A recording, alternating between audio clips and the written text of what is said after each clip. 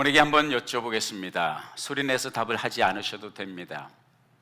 우리는 출애굽기에서 이스라엘 백성들이 애굽에서 탈출하여 빠져나오는 구원의 역사를 우리가 잘 알고 있습니다. 이스라엘 백성들이 400년 또는 430년 동안 이집트에서 살았습니다. 그리고 대부분의 세월은 종과 노예로 사는 그러한 삶이었습니다. 이스라엘 백성들이 애굽에서 탈출하여 출애굽했던 그 시간은 얼마나 걸렸겠습니까? 몇 년이 걸렸습니까? 아닙니다. 몇 달이 걸렸어요? 아니에요. 겨우 며칠 안에 하나님께서 열 재앙을 내리시고, 특별히 마지막 재앙, 장자를 멸하는 그 무시무시한 재앙을 내리시되 그 밤중에, 그리고 이튿날 바로 이스라엘 백성들이 바로의 영을 따라서 딱 가도 좋다. 왜? 보낼 수밖에 없죠. 다 죽어가니까. 그리고 그들은 급히 보따리를 싸고 짐 챙겨서 애굽을 탈출해서 나왔습니다. 불과 얼마 안 되는 짧은 시간에 애굽을 빠져나왔어요. 물론 앞에 홍해가 가로막고 있었고, 그 홍해 앞에서 이스라엘 백성들은 떨면서 하나님의 도우심을 구했고, 하나님께서 모세를 통해서 그 지팡이를 홍해 바다를 향하여 가르게 하시고, 하나님의 기적 가운데 밤새도록 바람이 불고 물이 기적적으로 쌍벽을 이루면서, 그리고 물 가운데로 마치 고속도로처럼 마른 땅을 지나면서 이스라엘 백성들이 그 홍해를 건넜던 역사적인 장면을 우리가 이제 십계라고 하는 그런 영화에서도 보았습니다. 그러니까 이스라엘 백성들이 애굽에서 빠져나온 시간은 굉장히 짧은 시간이에요. 그런데 이 이스라엘 백성들의 마음 내면에서 이집트에서 400년 동안, 430년 동안 길러졌던, 다져졌던 그 노예의 근성, 종의 근성을 빼내는 데는 얼마나 걸렸을까요? 며칠이 걸렸어요? 아닙니다. 몇 달이 걸렸어요? 아닙니다. 몇 년이 걸렸어요? 40년 걸렸습니다. 이스라엘 백성들이 애굽에서 탈출하는 데는 그렇게 짧은 시간이 걸렸지만은, 정작 탈출하여 나온 이스라엘 백성들의 내면에서 이집트의 노예의 근성을 뽑아내는 데는 저들의 평생, 그리고 평생 가도 다 뽑아지지 않는 이러한 역사를 우리는 출애굽기, 또 하나님의 말씀 모세오경을 통해서 우리가 배우게 됩니다. 우리가 이 세상에서 살아가면서 하나님의 자녀로서 거듭날 때 몇 시간이나 걸렸습니까? 며칠이 걸렸어요? 몇 년이 걸렸습니까?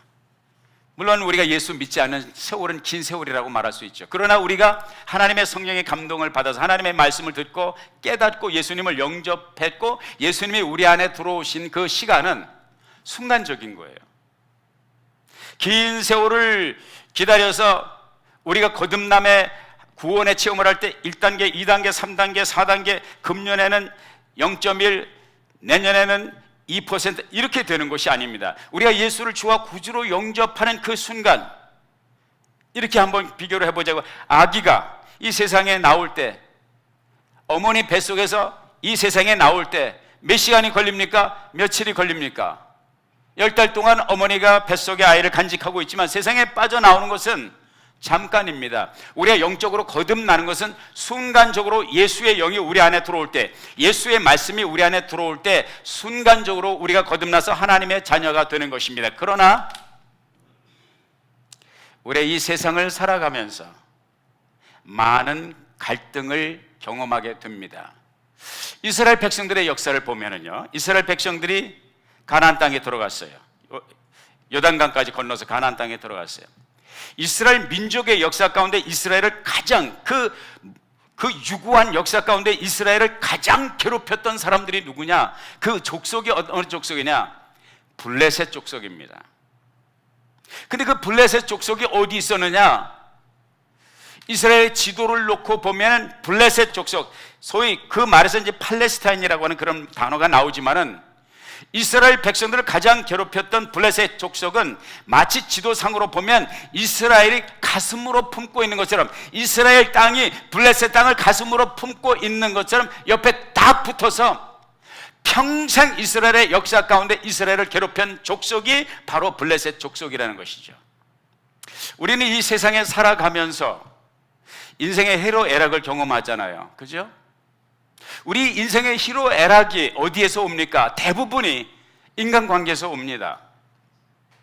기계가 작동을 잘하고 기계가 좀 속을 썩인다고 해서 그것 때문에 가슴 아파하고 그것 때문에 우울증 걸려가지고 병원에 간 사람 없어요.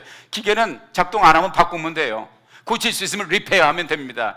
요즘 우리 교회 집사님 가운데 한 분이 차 때문에 고생하시는 분이 한 분 계신 걸로 아는데 속상하죠. 그러나 사람이 속을 썩이는 거에 비하면 아무것도 아닙니다. 우리 인생의 희로애락이 어디서 옵니까? 인간관계에서 옵니다. 인간관계에서 희로애락, 좋을 때는 좋지만 우리가 슬픔을 느끼고 괴로움을 느끼고 답답함과 우울증에 시달리는 것은 사람이 우리들에게 실망을 끼치기 때문입니다. 저분이 저럴 줄 몰랐는데, 저 집사님이 저런 분이셨나? 저 권사님이 저런 분이셨나? 아니, 목사님이 내가 저럴 줄 몰랐어. 정말 목사님이 저럴 줄 몰랐어. 내가 여러분에게 친절하게 경고를 드립니다. 저에게 너무 많은 걸 기대하지 마세요. 목사님이 저럴 줄 몰랐다 하는 날이 속히 올 것입니다. 그런데 여러분, 정말 힘든 것은 남이 나를 실망시킬 때보다 정말 힘들 때는 뭐냐면 거울 속에서 아침에 만나는 그 사람, 거울 속에서 아침마다 만나는 그 사람이 나를 실망시킬 때, 다시 말해서 우리가 우리 스스로에게 실망을 느낄 때 그것처럼 힘들고 어려운 것이 없습니다. 그건 가장 괴로운 것입니다. 빼도 박도 못합니다. 이스라엘 백성들이 가슴에 품은 블레셋 땅에, 블레셋 족속에 의해서 고통을 받았던 것처럼 내가 나를 속을 새기고 내가 나를 실망시킬 때 누구에게 갈 것입니까? 바로 그렇게 실망스러운, 자신에게 너무 자괴감을 느끼고 자신을 바라볼 때 우울증을 느낄 수밖에 없는, 그래서 너무 고통스러워하는 한 사람을 만납니다. 그 사람을 이름을 하여 사도 바울이라고 하는 사람입니다. 사도 바울이 누굽니까? 사도 바울은 위대한 신학자입니다. 위대한 철학자입니다. 공부 많이 한 사람입니다. 요즘 말로 하면 하버드대, 법대 정도 이제 박사학위를 받은 사람이에요. 당대의 최고의 문화인 가말리엘 문화생으로서 최고의 학부에서 공부를 했던, 철학과 유대 문화와 헬라 문화에 능통했던 사람입니다. 말하면 뭐예요? 성경, 신약 성경 몇 권이죠? 갑자기 내가 생각이 안 나가지고 나 좀 도와주세요. 27권이죠. 갑자기 물어보면 또 갑자기 또 막히는 경우가 있어요. 27 가운데 거의 이제 13권을 썼으니까 어쩌면 14권이 될 수도 있고, 거의 절반을 누가 썼어요? 사도 바울이 썼어요. 사도 바울은 위대한 선교사입니다. 사도 바울은 모든 성도들이 롤 모델로 삼고 싶은 우리의 탁월한 영적인 스승입니다. 그분이 오늘 우리가 함께 읽은 말씀에 이러한 자신의 고백을 해주고 있습니다. 제가 다시 한번 여러분들에게 그 고백의 이야기를 한번 읊어드리겠습니다. 제가 읽어드리겠습니다. 로마서 7장 14절에 이렇게 말씀하고 있어요. 우리가 율법은 신령한 줄 알거니와 나는 육신에 속하여 죄 아래 팔렸도다. 누구의 말이에요? 사도 바울의 말이에요. 15절에 보면 나의 행하는 것을 내가 알지 못하노니 곧 원하는 이것은 행치 아니하고 도리어 미워하는 것을 행한다. 내가 하고 싶은 것을 행하는 것이 아니라 내가 그토록 혐오하는, 내가 미워하는 그것을 하고 있는 자신의 모습을 본다는 이야기죠. 18절 말씀에 보면 내 속 곧 내 육신에 선한 것이 거하지 아니하는 줄을 아노니 원함은 내게 있으나 선을 행하는 것은 없노라. 선을 행하고 싶은 원함, desire는 있지만 자기의 삶의 deeds, action, act는 전혀 반대급부의 행동이 나온다고 하는 것을 발견하게 됩니다. 21절에 말씀하기를 그러므로 내가 한 법을 깨달으노니 곧 선을 행하를 원하는 나에게 악이 함께 있는 것이다. 자기 안에 악이 있대요. 22절에 보니까 내 속사람으로는 하나님의 법을 즐거워하되 23절 내 지체 속에 다른 한 법이 내 마음의 법과 싸워 내 지체 속에 있는 죄의 법 아래로 나를 사로잡아 오는 것을 보는도다. 25절 우리 주 예수 그리스도로 말미암아 하나님께 감사하로다. 그런즉 내 자신이 마음으로는 하나님의 법을 육신으로는 죄의 법을 섬기노라. 이 사도 바울의 오늘의 고백을 찬찬히 살펴보면 사도 바울이라고 하는 한 인물, 사도 바울이라고 하는 한 인간을 보면서 여러분들이 어떤 사람으로 규정을 하고 어떤 사람으로 묘사를 할 수 있을 것 같아요. 어쩌면 의학적인 용어로 이 사람 혹시 정신분열자 아니야? 정신분열가가 고백하는 거가 이랬다가, 그 조울증이라는 게 뭐예요? 하루는 하이했다가 아침에 하이했다가 또 저녁이 되면 자살 충동을 느끼고, 저녁에 기분이 맑았다 아침에 일어나면 또 비가 오는 굳은 날처럼, 태풍이 부는 날처럼 죽고 싶은 그런 충동을 느끼는 그 사람, 그런 사람이 조울증 환자죠. 우울증이 심하게 되면 이런 사례가 벌어지게 되죠. 사도 바울의 모습을 보면 바로 그 정신분열증 증세 같은, 이 사람이 진짜 어떻게 보면 하이한 것 같고 어떻게 보면 로우한 것 같고, 이런 문제를 발견하게 되죠. 그런데 문제는 뭐냐? 더 큰 문제는 이런 고백이 사도 바울의 고백일 뿐만 아니라 나와 여러분이 신앙생활을 하면서 느끼는 고백이라는 것이죠. 우리의 매일의 삶 속에서 어떤 때는 내가 천국에 있는 것 같고 또 어떤 때는 내가 지옥의 나락으로 떨어지는 것 같은 자괴감을 느낄 수밖에 없는, 좌절과 우울함을 느낄 수밖에 없는 내 자신의 영적 상태를 발견하게 된다는 것이죠. 그래서 이 사도 바울의 로마서 7장의 고백을 보면서 신학자들이 아주 헷갈려해요. 성도들이 이 말씀을 읽으면서 굉장히 호통하는 성경 가운데 있는 난제, 어려운, 풀기 어려운 난제 가운데 하나가 바로 로마서 7장입니다. 왜? 이것을 사도 바울이 했다고 보기에 너무나도 어려운 문제가 그 속에 있는 것입니다. 그래서 어떤 신학자는 이 고백은 사도 바울이 예수를 믿기 전에 한 고백이다. 지금 예수를 믿고 이제 복음을 전하는 자로, 교사로, 목회자로, 또 선교사로 위대한 성도의 길을 가고 있지만 과거에 예수를 안 믿을 때 이렇게 살았다고 이야기한다. 왜냐면 그럴 수밖에 없는 것이 14절에 보면 나는 내 육신에 속하여 죄 아래 팔렸도다. 죄 아래 팔렸대요. 아주 죄에 팔렸대요, 자기가. 18절에 내 속 곧 내 육신에 선한 것이 거하지 아니하는 줄을 아노니 원함은 내게 있으나 선을 행하는 것은 없노라. 결정적으로 24절에 보면 오호라 나는 곤고한 사람이로다. 누가 이 사망의 몸에서 나를 건져내랴. 그러니까 이거는 예수 믿는 사람이라고 볼 수가 없다. 죄에 팔렸어. 속에 악이 거해. 이거 어떻게 예수 믿는 사람이냐. 그런데 또 하나의 문제는 뭐냐면 거기에 퀘션 마크를 붙일 수밖에 없는 또 다른 팩트를 사도 바울의 고백에서 본다는 것이죠. 그건 뭐냐면 내가 하나님의 선한 법, 하나님의 법을 즐거워한다는 것이죠. 내가 하나님의 뜻대로 살고자 하는 마음이 있다는 것이죠. 여러분, 분명히 제가 힘주어서 말하는데 예수를 안 믿는 사람은 예수님의 뜻대로 살고자 하는 열망이 속에 있을 수가 없어요.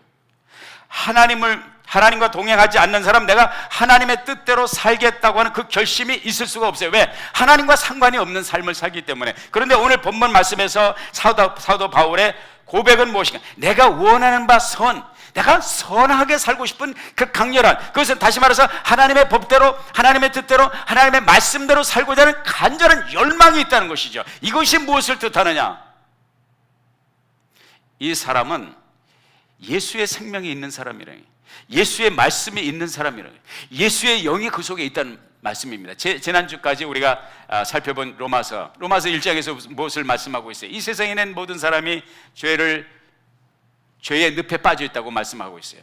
2장에서 하나님의 말씀, 하나님의 율법을 받은 유대인들도 역시 겉으로는 잘하는 것 같지만 속으로 보면 흑칠한 무덤과 같이 하나님의 뜻과 상관이 없는, 하나님의 말씀의 그 뜻과 상반되는 삶을 살아온 어쩔 수 없는 죄인이라는 것을 말씀해 보고 주시고, 로마서 3장에 보면 모든 사람이 죄를 범하였으며 유대인이건 비유대인이건 할례를 받은 사람이건 할례를 받지 않은 사람, 모든 사람이 죄인이라는 거죠.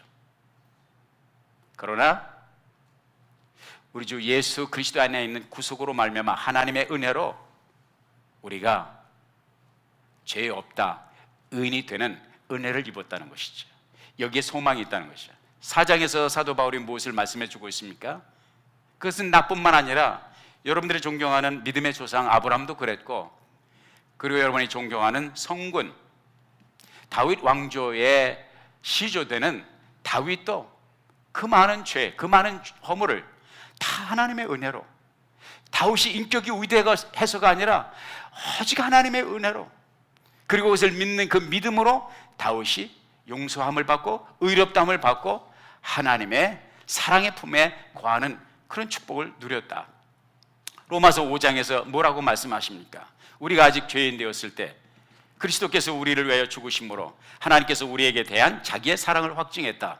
이 모든 하나님의 은혜는 어디에서 발로한 것이냐? 바로 하나님의 사랑에, 하나님의 사랑이 우리의 희망이요, 하나님의 사랑이 우리의 미래요, 우리의 꿈이라는 것을 말씀을 해주고 있습니다. 그리고 6장에서 죄의 삭은 사망,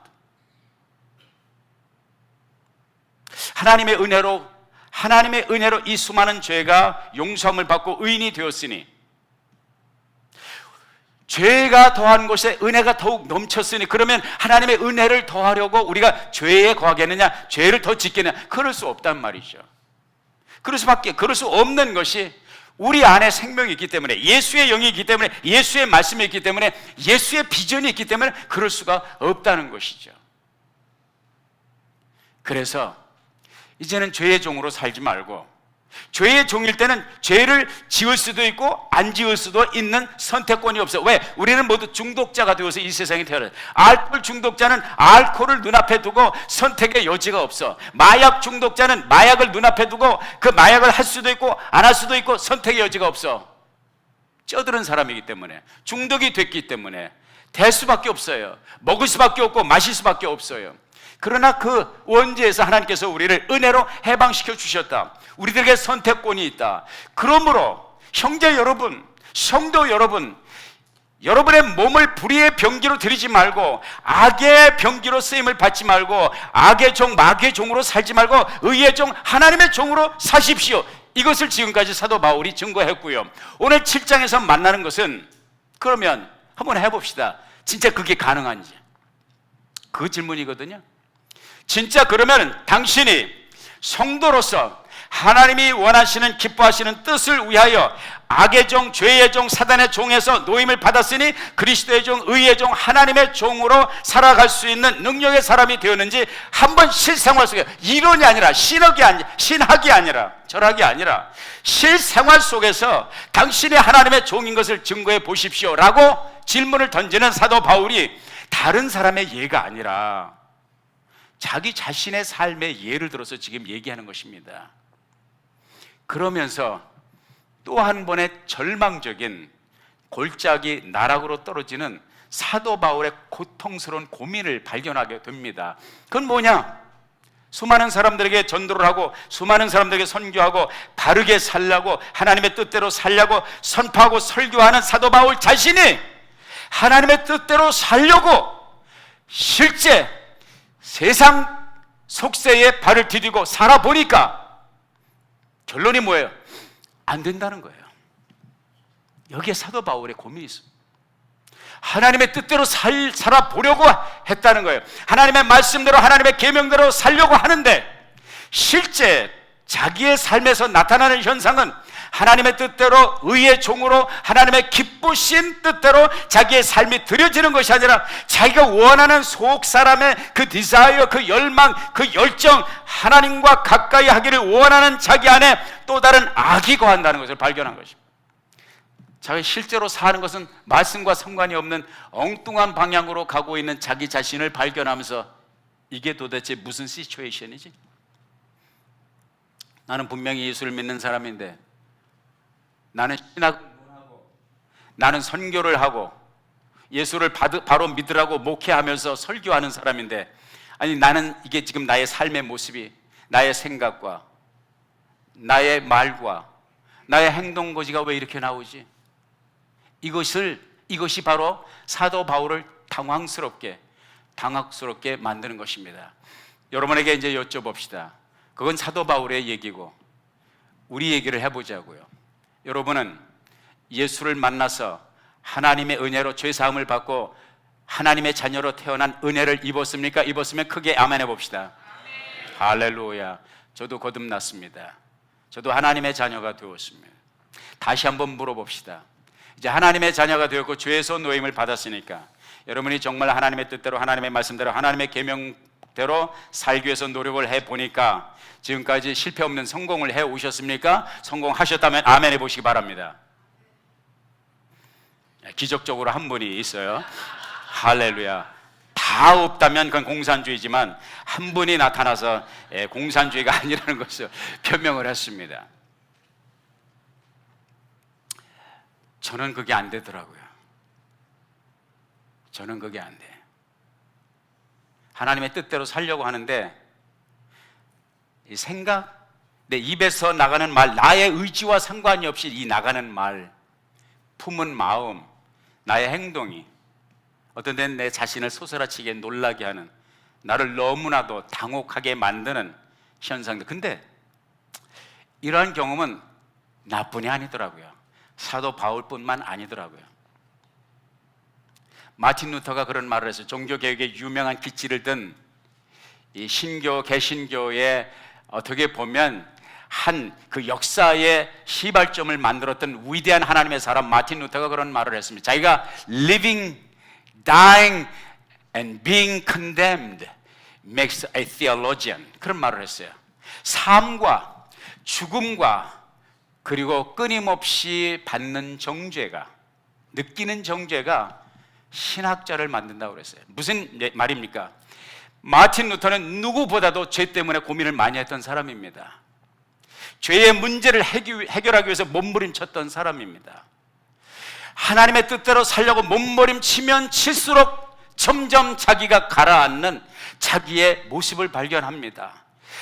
양잿물로도 지울 수 없고 하이타이로도 지울 수 없고 새라는 삼성 세탁기에 돌려도 이 지워지지 않는 죄의 아주 찌들은 그 때가, 자기의 양심 속에 있는 찌들은 때가 벗겨지지 않는 자신을 발견하면서 죽는 거죠. 죽는 것과 같은 그런 체험, 그리고 끊임없이 정죄, 끊임없이 저주스러운 자기 자신을 발견하면서 고민할 때 하나님은 그를 위대한 신학자로 만들었다는 것이죠.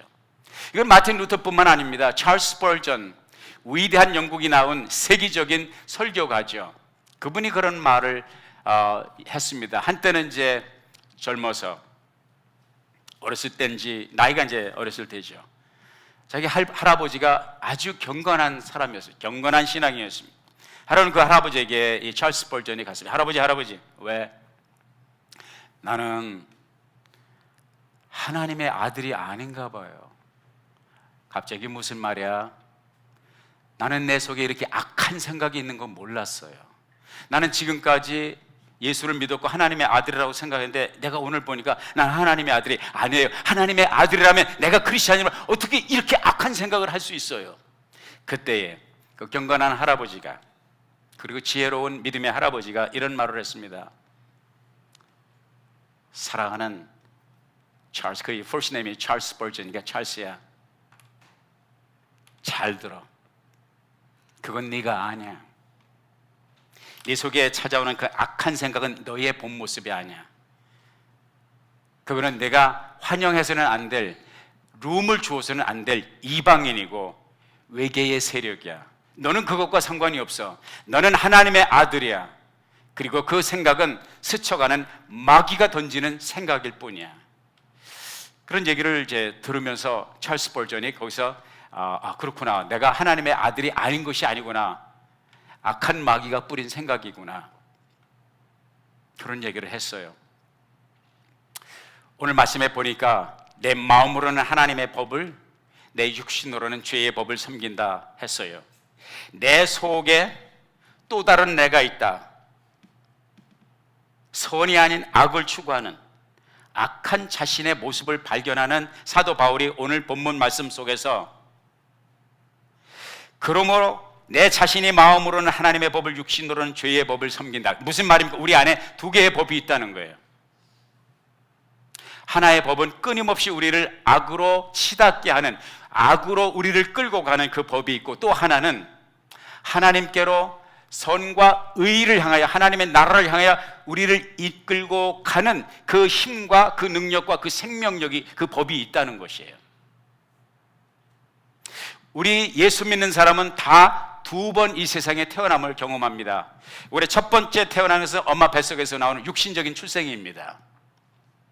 이 세상에 사는 모든 사람은 이 출생을 경험한 사람입니다. 이것 없이 이 세상에 온 사람 없어요. 둘째 출생은 이 육신이 아닌 하나님께로부터 니고데모에게 예수님께서 말씀하신 것처럼 내가 물과 성령으로 거듭나지 않으면 하나님 나라에 들어갈 수 없다고 말씀하셨던 그 두 번째 다시 태어나는, 하나님의 영으로 태어나는 새 생명이 들어오는, 하나님의 말씀의 씨앗으로 들어오는 그 생명이 우리 안에 있다는 것이요. 그리고 우리 안에는 이 새 생명과 육신의 생명이, 육신이라고 이제 고린도전에서도 로마서에서 계속 말씀하고 있는데, 이 두 세력 가운데 긴장이 있다는 거예요. 이 두 세력 가운데 다툼이 있다는 것입니다. 사도 바울은 그 다툼의, 그 긴장의 소용돌이 속에서 마음의 갈등을 느끼고 괴로워한다는 것이죠. 너무너무 괴로워서 표현한 말이, 오호라 나는 곤고한 사람이로다. How wretched I am. 나는 곤고한 사람이다. 이 사망의 몸에서 누가 나를 건져내랴. 누가 나를 건져내랴. 여러분의 이해를 돕기 위해서 이 사망의 몸이라고 하는 이 표현을 사도 바울이 했는데요, 사도 바울이 로마서를 기록할 당시에 그때의 문화권에서 사람들이 이제 살인범을 처형하는 그 사형 집행 방법 가운데 하나가, 내가 사람을 죽였어. 내가 사람을 죽였는데 내가 이제 살인자가 되잖아요. 그래서 이제 법 앞에 재판을 받아야 되잖아요. 그 내가 이제 그 유죄로 판결을 받고 사형 언도가 내려진다. 그러면 사람들이 나를 어떻게 처형하느냐? 나를, 내가 죽인, 내가 살인을 범해서 죽은 그 사람의 시신과 나를 함께 묶습니다. 도저히 풀 수 없는 그 강력한 줄로 묶습니다. 그 묶으면 내가 죽인 이 사람은 내 몸과 부착이 돼서 나는 그 죽은 시신과 떨어질 수가 없고, 그 시신은 시간이 갈수록 어떤 현상이 벌어져요? 소위 말해서 연력학 제2법칙, 소위 말해서 엔트로피 법칙에 의해서 모든 질서는 무질서로 가고, 산 것은 죽은 것으로 가고, 죽은 것은 이제 어디로 갑니까? 썩는 것이죠. 부패로 가죠. 그 썩은 부패한 시신이 나를 어떻게 끌고 갑니까? 죽음으로 몰고 가는 거예요. 그 썩은 시신에서 나는 모든 잡균들이 나를 공격해 들어오고, 결국은 그 시신에 묶여서 나는 그 시신과 함께 죽는, 비참한 죽음을 죽는 그 죽음, 그런 사형 집행을 사도 바울은 잘 알고 있었습니다. 사도 바울이 하는 말이, 오호라 나는 곤고한 사람이로다. 이 사망의 몸에서 이 나와 함께 묶어놓은 이 죽은 시신, 이 썩어가는 시신과 내가 묶인 것처럼 죄의 업, 죄의 본질, 나를 사망으로 이끌고 가는, 묶여있는, 도저히 이스라엘에서 블레셋을 축출할 수 없었던 것처럼 출애굽을 경험했지만은 40년 동안도 이스라엘 안에 있었던 그 죄의 악, 애굽의 종로로 타던 노예의 근성을 뽑아낼 수 없었던 것처럼 사도 바울 안에서 뽑아내어지지 않는 사망의 시신, 죄의 무서운 세력, 죄로 이끌고 가는 그 세력에 묶여있는 자신의 모습을 보았다는 것이죠. 이것은 사도 바울의 고백이고, 찰스 스펄전의 고백이고, 마틴 루터의 고백이고, 이것은 솔직히 저의 고백입니다. 이것이 만약에 여러분의 고백이고 여러분이 체험한 것이라면 아멘을 보십시다. 그럼 우리는 절망 아닙니까? 죽을 때까지 묶여서 그러면 그 시신과 함께 썩어서 죽을 때를 기다려야 됩니까? 사도 바울이 오늘 그 말씀을 하신 것은 우리들에게 그런 절망의 메시지를 전하기 위해서가 아닙니다.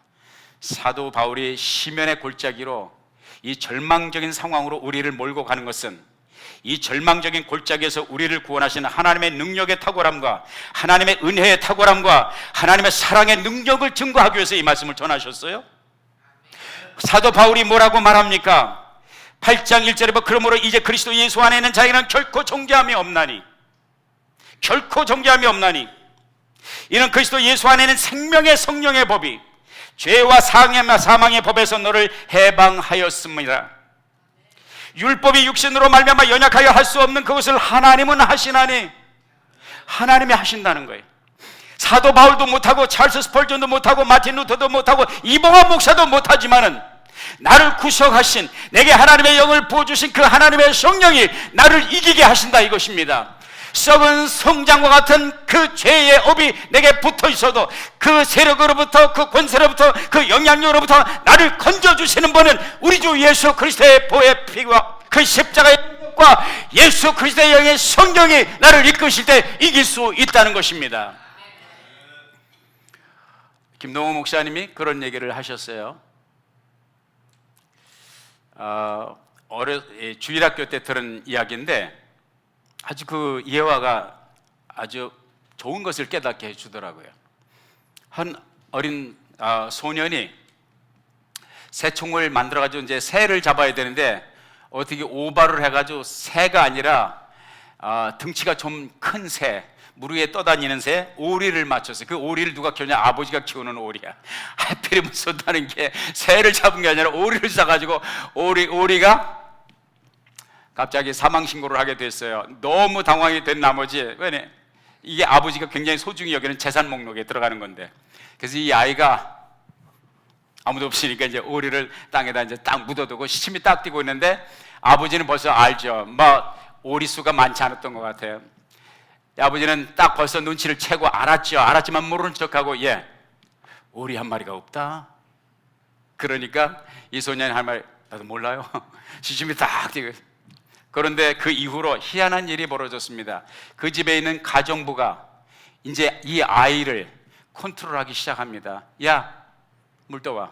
야, 저 빨래바구니 좀 가져. 그걸 내가 왜 해요? 잔소리 말고 하라면 해. 왜 해요? 너 오리 땅에다 묻은 거 내가 봤거든. 너 말 안 들으면 아버지한테 잃는다. 언제 봤어요? 봤어. 아니 봤다는데 되게 자기가 묻은 게 사실이잖아요.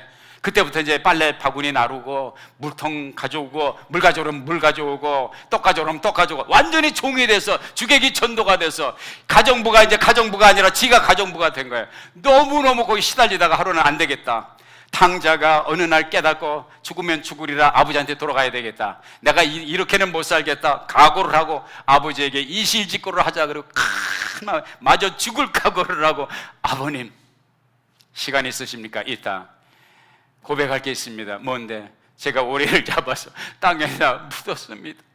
이것 때문에 내가 너무나 큰 고통을 겪었습니다. 그러면서 이제 자기 가정부가 자기를 괴롭힌 얘기를 쭉 하니까 이 아버지가 하는 말이, 얘야, 네가 더 중요하냐 오리가 더 중요하냐? 이 바보야. 나는 오리 100마리 1000마리보다 너가 내게는 소중한 거야. 진작 얘기하지 왜 그렇게 시달렸니? 아빠 다 알고 있었어. 다 알고 있었어. 다 알고 있었지만 이미 용서했어. 나는 내가 내게 고백해 줄 때만 기다렸던 거야. 그때부터 이 아이는 야호! 이제 살아난 거, 이제 가정부에서 이제 해방이 됐어요. 정상적인 집 주인의 아들이 되었어요. 근데 그날 저녁 그걸 모르고 있는 가정부가, 야, 물 떠와. 내가 왜 떠와요? 너 잊어버려서 땅속에 묻은 거? 다 아버지한테 다 이실직고 했어요. 아버지가 이미 다 용서하셨어요. 그 다음에 무슨 일이 벌어졌느냐? 자기 아들을 괴롭히는 이 가정부를 아버지가 파이어 시켰죠. 파이어, 쫓아냈습니다. 저와 여러분이 하나님 앞에서 경험한 은혜가 그것입니다. 사단은 저와 여러분을 하나님 앞에 끊임없이 참수합니다. 너 오리 죽였지? 너 오리만 죽였어? 넌 사람도 골백 번 죽였어. 왜? 주님께서 사람을 미워하면 이미 죽였다고 그러는데 너 미워한 사람이 한둘이야? 수백 명 죽었어. 너 하나님 앞에 섰어. 네가 성도야? 네가 집사야? 네가 목사야? 내려와. 안 돼. 사단은 끊임없이 우리를 참수하고 그 죄로 말미암아 우리를 오랏줄을 묶고 지가 가자는 대로 가야 돼. 이게 바로 죄의 종로로 사는 것입니다. 여기에서 우리를 해방시켜 주신 은혜가, 오리 잡은 것을 미리 알면서도 이미 용서하시고 때를 기다렸던 그 소년의 아버지처럼 우리 주님은 우리가 아직 죄인 되었을 때 그리스도 아들 예수를 독생자를 보내셔서 죄의 문제를 해결해 주시고, 어떤 죄, 어떤 극악한 흉악한 죄라도 아버지 앞에 나와서 고백하기를 기다리시는 우리 하나님의 은혜가 저와 여러분의 모든 문제를 해결해 주신 줄 믿습니다. 그렇기 때문에 예수 안에서는 결코 정죄함이 없고, 예수 안에서는 결코 두려워할 것이 없습니다. 왜 가정부의 종로로 탑니까? 왜 사단의 종로로 탑니까? 왜 정죄 때문에 시달립니까? 우리에게는 예수 그리스도의 은혜가 있습니다. 그 하나님의 은혜 앞으로 가까이 나가시지 않겠습니까? 바로 사도 바울이 여기서 증거해 주는 것은 그리스도 안에 있는 자에는 결코 정죄함이 없나니 우리 주 예수 그리스도로 말미암아 하나님께 감사하리로다. 죄는 크죠. 문제가 심각하죠. 그러나 더 크고 더 큰 능력은 예수 그리스도의 그 하늘과 같은 은혜라는 것이죠. 그것이 저와 여러분을 살릴 수 있는 유일한 희망의 밧줄이라는 것을 기억하시기를 주의 이름으로 부탁을 드립니다. 사랑하는 여러분, 우리는 은혜로 삽니다.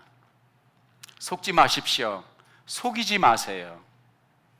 사도 바울이 에베소서 3장 8절에 성도 중에 지극히 작은 자 가운데서 더 작은 나를 부르셨다고 그랬어요. 이 고백은 사도 바울이 예수 안 믿을 때 한 거예요? 아니잖아요. 예수 믿으면서 했어요. 디모데전서 1장 15절 보면 내가 죄인 중에 괴수라고 그랬어요. 죄인 중에 나 같은 죄인이 없다고 그랬어요. 내가 과거의 죄인 중에 괴수였다 말하지 않습니다. 지금 I am the worst of sinners. 내가 지금 죄수 중에서 가장 극악한 죄인이다. 언제 고백해요? 이 디모데 전서를 썼을 때 사도 바울의 나이는 지극한 나이였고 이제 순교를 눈앞에 둔 성숙한 신앙인으로서 이 고백을 한 것입니다. 무슨 말입니까? 그에게 아직도 영적인 싸움, 이 두 세력 간에 아직도 시신을 끌어안고 있는 자신의 모습을 보는 이 좌절과 절망으로 이끄는 죄의 세력과의 싸움이 있다는 것이죠. 여러분, 신앙을 포기하고 싶은 충동을 느낍니까? 마귀가 여러분을 율법의 올가미로 정죄로 이끌고 가고 있습니까? 이 사실을 기억하십시오. 나는 죄인 중에, 오늘날 내가 죄인 중에 괴수라고 말했던 사도 바울의 고백이 있었다면 여러분과 내가 그 고백을 능가할 수 있습니까? 아닙니다. 우리는 다만 오늘도 여전히 부으시는 핏부리신 사랑, 예수의 은혜, 하나님의 사랑이 우리를 살리고 있습니다. 우리가 옛날에 예수 믿을 때 하나님의 은혜였고, 그리고 지금은 내 힘과 내 능력으로 사는 것이 아닙니다. 처음에 예수를 믿을 때, 처음에 예수를 영접할 때, 처음에 주님의 은혜 가운데 죄를 용서함 받은 것처럼 오늘도 역시 주님의 그 한없이 하염없이 십자가에서 흘러내려오는 그 예수 그리스도의 신성한 피가 나와 여러분을 살리시고 나와 여러분을 정결케 하시고 나와 여러분을 깨끗게 하신다는 것입니다. 그리고 앞으로 요단강 건너 천국에 갈 때까지 오직 예수의 은혜, 오직 예수의 능력, 오직 성령의 능력이 우리를 붙잡아 주신다는 것이죠. 그래서 우리는 이런 고백을 하는 것입니다. 우리는 은혜 아니면 살아갈 수가 없습니다. 은혜 아니면 살아갈 수가 없네.